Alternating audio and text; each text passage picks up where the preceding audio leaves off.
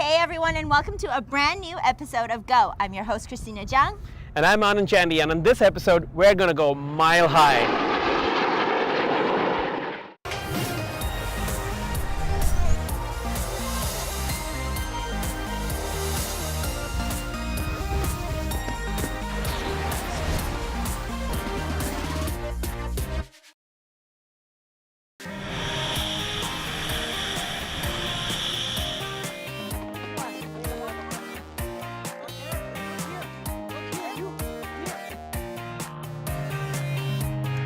Well, Christina, that's the sound of Skyfest, and it's back in Quesnel for a fourth time. Can you believe that thousands of people show up here to check out the Skyhawks, the Snowbirds, the CF-18 display, and the civilian aircraft that go up to actually showcase their aeronautical maneuvers and stuff? This is just amazing. It sure is an incredible weekend. But you know what? There is one person in particular, one lady actually, that makes sure all of this gets put... It's just one person who makes sure that all of those planes stay up in the sky instead of crashing into each other and stuff? And it's one lady, and we got a chance to catch up with the air boss herself. My job is the air boss, and that's kind of like the director of a play. I take care of all the briefings, the debriefings, all the scheduling, and I control the aircraft. If I'm not here, it's kind of like the person with the top hat if they don't show up at the circus. It all gets confused. I got started in air bossing way back in the Vanderhoof days. I was lucky enough to be the air boss in the early 90s. You have an AM radio? And then I just progressed and did more and more and more, and now I do anywhere from 8 to 12 shows a year all over North America. My responsibility is to keep both the pilots and the spectators safe. So that's what I do. Daryl? There's some FOD on the runway down. This is mostly a male-dominated field, so it's very unusual for a woman to be an air boss, and I think I'm the only one that does this for a living in North America. I've been doing it for so long, it's very natural for me, but I do go from site to site, and some of the new show sites are, they're a little bit more overwhelmed. Women are very good at doing this. We are very good at task-oriented and keeping organized, and that's part of an air boss's job. And I'd love to see more women do this.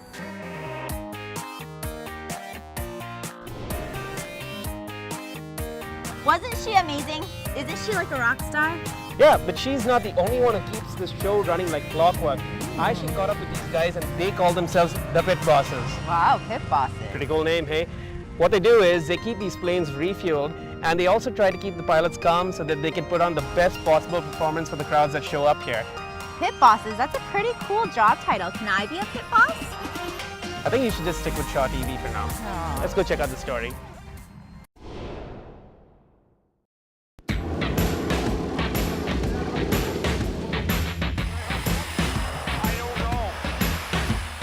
I'm the civilian pit boss, and that's looking after the civilian performers and their airplanes, and that involves refueling them and putting the smoke oil in them and just looking after some of the primary needs of the pilots.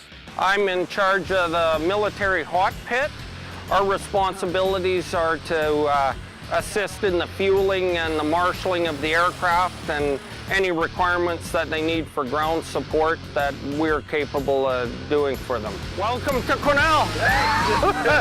James Keith, pleased to meet you. Jerry contacted me to help with the first show in about 2013, and we were there just as more of a volunteer capacity, and then the next shows after that, our responsibilities increased as it went. So, well, I was a member of the Quesnel Flying Club in 2010. We had put on our first air show, and I was asked to look after the pits, and I've been doing that ever since. Just being a pilot helps, and being an air show fan and being around air shows, and that put it all together. That's a start, and then you learn as you go. Okay, we've never fueled one of these up before, so you'll have to, you guys can take care of it. Had no idea. Went in cold and had a pretty steep learning curve, but we got through it, and it gets a little easier every time.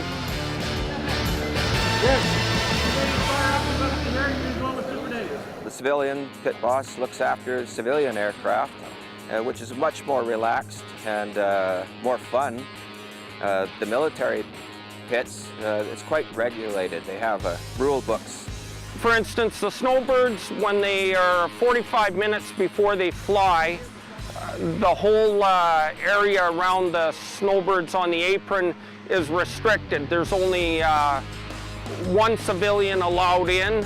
They do an FOD sweep over the whole thing, and they go through all their pre-flight, and they don't want any distractions given the nature of how critical every step is towards it. The F-18 is a little more relaxed. They do their maintenance instantly when it comes in, the aircraft's fueled, and basically they're on standby until it's ready to fly again.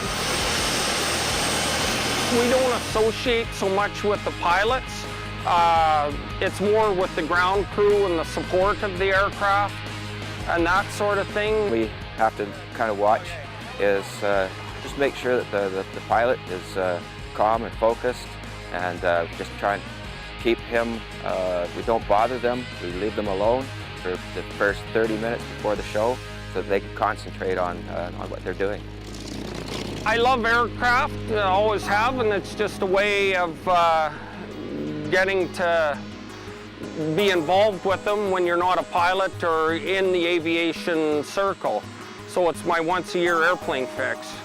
Just meeting the pilots and the performers is quite exciting, and getting to talk with them and get to know their aircraft, get to know them personally, that's been good.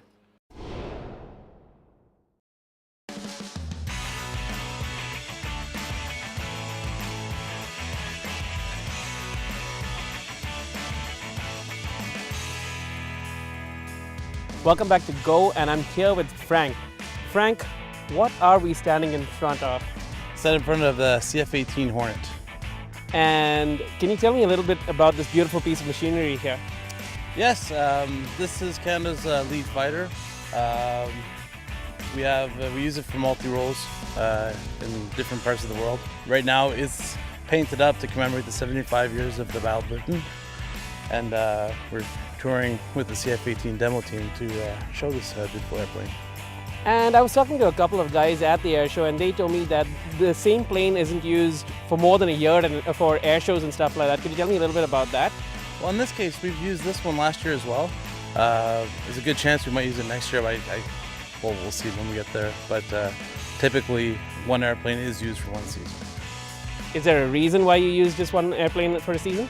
It will depend on what we call fleet on the hours on the airplane. I mean, each airplane will age at a different rate. This one happens to be a very low experience, very low flight hours. This is why we use this one. Awesome. Okay. And do you typically do shows in smaller communities like Quesnel? We do tons of shows here. Just with a smaller runway, we need guys with the resting hook, the resting gear, so we can actually land. But typically, we don't operate under 6,000 feet. Now that's really interesting that you mentioned that. Can you tell me how this, interacts with the resting gear? If you could show me, that would even be better. Yeah. We can walk around, or I can show you right now if you want. Can you tell me a little bit about how this little piece works here in relation to the arresting crew? So what happens is when the pilots select hook down in the cockpit, this whole assembly right here will lower, and this will actually rub on the ground. So this shoe that I'm pointing out right here will actually rub on the ground, and just on the forward face where my hands are, the cable will actually get trapped, thus slowing the airplane down. And does the pilot feel anything in the cockpit when that happens? Oh yeah, yeah. It's a very good deceleration rate. And would you do a show in a community like Quesnel with a smaller runway like this if there wasn't an arrestor crew in place? Typically not. We don't like coming into small areas, small fields.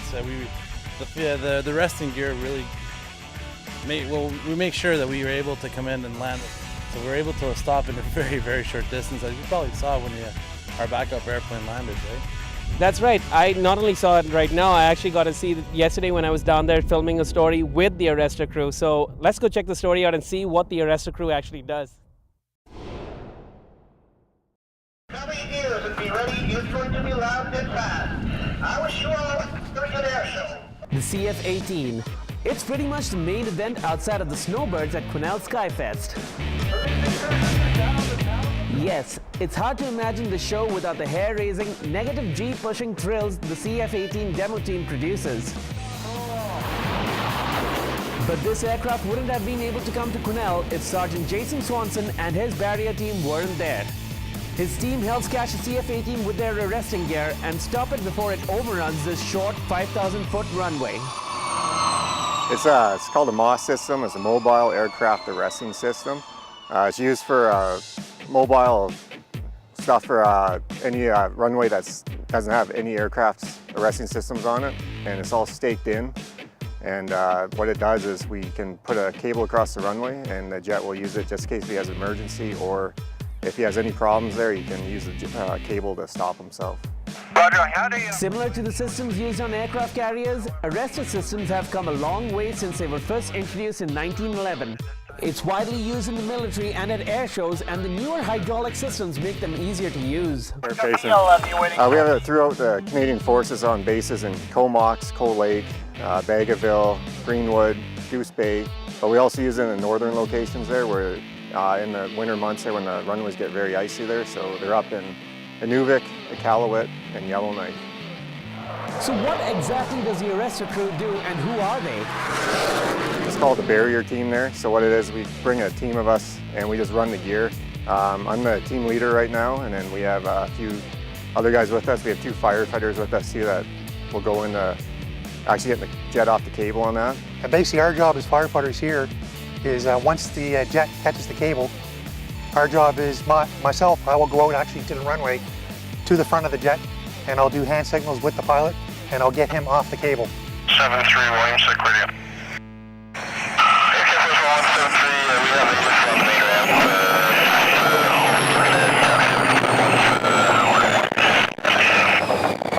a Roger, you're going to have to lead time contact. For Dave and his partner, being a part of the arrestor crew isn't part of their regular job. It's shows like this that give them the experience that they need. It's different. I'm not going to lie, it is a little different. It's not one of our main jobs. Our main job is on the base. We provide firefighting for the base and for the airfields on base. Jason, on the other hand, is Canada's only certified team leader for aircraft arresting systems. I've been doing it off and on for about 7 years now, but the last 4 years, this is all I've been doing there. I've just been concentrating on it. So we've been traveling around Canada. We had a team go to Romania when the jets went over there and deployed the gear there as well. The travel isn't the only perk that comes with this job, though. The most fun part of what I do is ultimately serving Canada. I love the Canadian Forces. I love being a firefighter. Hanging out with everyone there too, you become a tight crew. You do a lot of stuff together. It's interesting work. It's always different. You're always outside. You get to meet all the pilots and everything. You get to go into planes, jets if you want to and all that. And you probably have the best seat for the air show too, because you're sitting right on the side of the runway.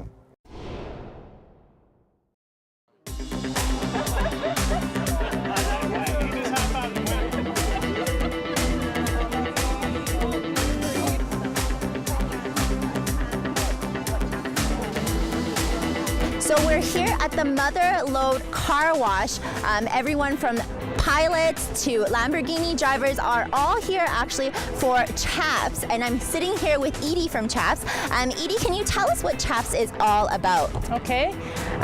First of all, CHAPS stands for Caribou Hoofbeats Assisted Activity Program Society.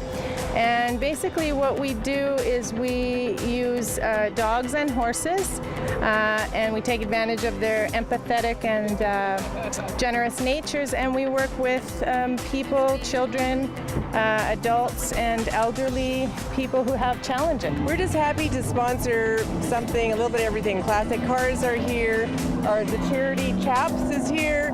We've got a booth set up, and we just love to welcome our visitors to Quesnel, the car drivers and the pilots. It's for the Skyfest, and we were just, as the South Quesnel Business Association, we wanted to do something for Quesnel, and we decided that Chaps would be good to do that, and this was a great opportunity to get everyone from town and people from out of town to come and enjoy this and help support a local charity. So tell us, you guys are here for a fundraiser today. Tell us how the proceeds work and where it goes, I guess. Well, the proceeds will go to our programs, either the dog or the horse program. Typically the dog program is mostly volunteer based and the dogs are privately owned, so we don't have a lot of expenses there. In our horse program, our therapeutic riding program, we own 2 horses, and so their care is a constant burden. We run about 20 weeks of programs a year, but the horses have to be cared for throughout the year because we own them. Well, speaking of helping others, our next story is about Hope Air, an airline service that helps seniors and children fly to the coast for special services or special type of surgery. Take a look. James has always been my busy one. He's a good little boy, but he's always busy. Nine-year-old James Roy is like your average kid in every way. Whether he's slaying virtual demons on the Wii or getting dirty with his puppy Chase, James is just happy to make the most of the life around him. And did I mention how much he loves fishing? I saw a guy fishing on the dock the one night, and they're all jumping, so I asked my dad if I could go out. Just my mom was in Prince George, and she was gonna bring back Kentucky Fried Chicken, so we didn't eat dinner, so we were waiting for her. And I went out and pulled out my rod, got some worms, and I came out, and the second guy, another guy showed up, and I was fishing. I put my worm on, first cast, as I got one. But like every other kid, James has chores too. He helps his mom, dad, and brother look after Fishpot Lake Resort, a property they manage in a remote area just outside of Nasco. In this little piece of heaven, James lives the life that most kids dream of, carefree and full of adventure. I just go up to the crawl up there. I just go up to the crawl and then turn up to the gate actually, and then turn around and come back. Back down, and I head up into our top tier, because then you can see the fresh air and see animals and stuff, like if there's a bunny or a bird or something. You have to look out for him. He's a goof. We do everything. We do hunting, we do fishing, we do everything together, I guess. And Dad, it's like a big threesome. Dad, did you see that? The last few years, though, have been far from normal or peaceful for James and his family. Just as James was getting into kindergarten, he started to find that his heart couldn't keep up with his highly active lifestyle.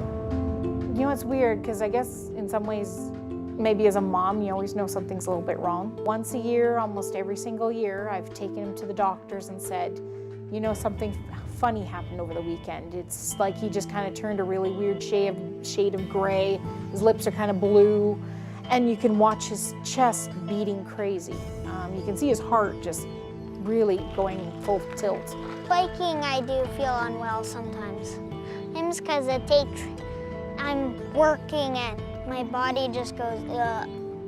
One time I just came in and I lied down on the couch and we went to watch a movie, and my heart went like crazy. These episodes would last for anywhere between 30 minutes to 2 hours. After the frequency of the episodes increased from once over a couple of months to almost twice a day, Mark and Victoria decided to drive James to Quesnel to get a diagnosis.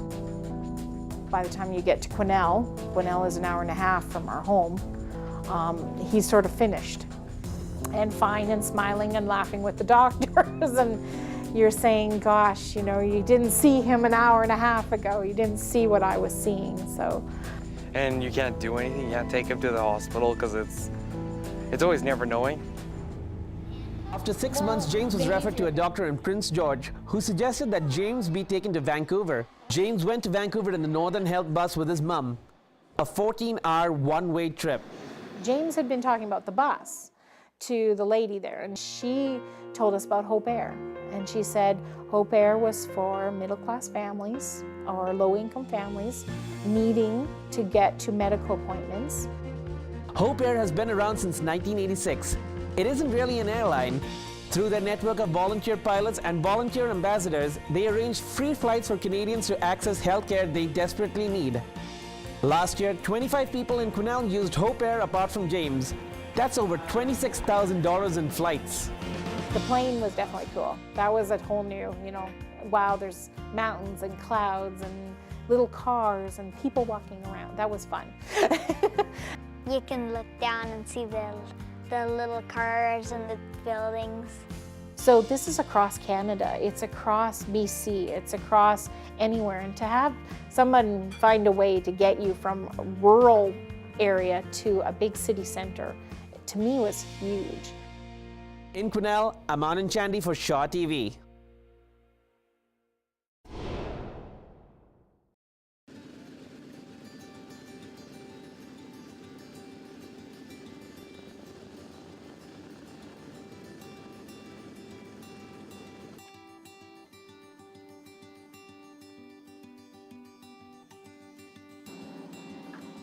I'm from Williams Lake, and I'm an airplane buff, and I brought both my airplanes up here to put on static display for the air shows. Well, I brought my airplanes up for the first Skyfest, so I've been here every year since. This aircraft behind us is what they call a beach stanger wing. It's a D-17S, and it was built in 1943 for the US, and they used it as their VIP airplane throughout the Second World War. For military, they usually had two pilots, and then the general sat in the back seat, and whether he had his secretary with him or not. I started with the Stearman, which is a four-man's warbird, and I found one in Wichita, Kansas, and in parts, and I brought it home and did a total restoration on it, and from ground up, and that's how I got started. It's my life. I work on them whenever I have spare time from the ranch, so it's just my passion to have airplanes, see airplanes, and be around people that are involved with airplanes. So we want to keep civil aviation healthy and vibrant, and that's what we're all about. Coming up, pilot Ken Fowler tells us how he built his plane from the ground up. I built this one. I built it. I mean, this airplane here started off, it's all metal. It started off as a pile of aluminum. For me, I was military. We supported the Skyhawk parachute team, and that got me into the airshow world. And then on top of it, I had an aerobatic airplane, one prior to this one, that I just love doing aerobatics in. So I love the aerobatics, I love the airshow world, and put the two together, and I started flying airshows with this airplane. So is it safe to say that you have no fear of heights? I wouldn't totally say that. I'll call it a respect for heights. But I mean, you'd be surprised how many airshow performers do have a genuine fear of heights. Wow. Like to be able to walk over to the edge of a building, not, But, we're strapped into an airplane. It's a little bit different when you're strapped in and you're familiar with your machine. So. And you're really familiar with this baby behind us, aren't you? Oh, you said you made this from scratch. Well, I built this. I mean, this airplane here started off, it's all metal. It started off as a pile of aluminum, and I built the airplanes. It's all riveted together. And and I've been flying it since 1997. Tell us some of the details. Can you take us around and kind of show us some of the details you've put into this? I mean, the thing is, the fuel is carried all in the leading edges of the wing. It's a very simple airplane, but it's very clean. Aerodynamically, it's a very clean airplane, so it's very fast. This airplane, I cruise at about 240 miles per hour when I'm going cross country. When I'm flying in an air show, I hit 300 to 320 miles per hour. So it is a very, very fast airplane. How did you get to making one of these on your own? Well, there are airplanes available, designs that are available, and you'd be surprised how many people build their own airplanes. Now, there's not very many people that build their own airplanes and then fly air shows with them. That's just a whole different step. You know. But this airplane here is I've been flying air shows with it, like I said, since '97. Oh wow! What is it about this entire world that you fell in love with? Well, first love, of course, is the flying. You know, all of us, all the airshow performers absolutely love the flying. I mean, it is the ultimate form of freedom. But what we do just takes it to a whole new level. You know, where we can show to people what this is all about. You know, and entertain people. So it's flying and entertainment. The camaraderie amongst the airshow performers is, you know, second to none. I've heard of people getting on these things and having to have a puke bag prepared. Well, the thing is, yes, okay. If you're really susceptible to motion sickness, you have to take it easy. And when we go out, we do the media rides and sponsor rides, so we take people like yourself out and let you experience what we do. So we'll go out and we'll turn you upside down for a little bit and just show you what we do. But you do it fast, you throw the person through a bunch of maneuvers and land, right? Make it very quick, and even someone with a weak stomach, for 10 minutes of playing around the sky and then land, you'll be okay. Well, that just about wraps up our special Quesnel Skyfest episode of Go. Thank you everyone for joining us. But hey, Anand, didn't you say you had a little surprise for them this week? And I've been waiting all week for this. Get this, for the very first time, Quesnel Skyfest featured a Twilight show, and we were out there filming the entire thing. So after today's episode, we're going to show you some of the highlights from that. And if you stay tuned to your local Caribou listings, you can see when we're going to be playing the entire show. Yep, the entire Twilight show. Pretty crazy, eh? Yep. So thank you for watching, and catch you next week.